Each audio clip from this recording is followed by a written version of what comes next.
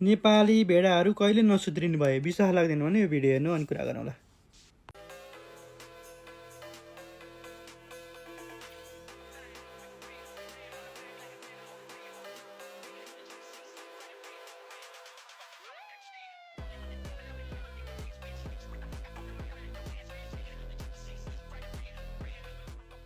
यो भिडियोमा चाहिँ एकजना बाजे चाहिँ डिकीबारमा नअटेर खुट्टा चाहिँ बाहिर निकालेर बाटोमा सफर गरिरहेका देखिन्छन्। नेपालमा दिन प्रतिदिन दुर्घटनाहरू चाहिँ बढ्दै गएको कारण मध्ये यो पनि एक हो कि यहाँ चाहिँ जनताहरू नसुत्रिएसम्म चाहिँ कसैको केही पनि लाग्दैन।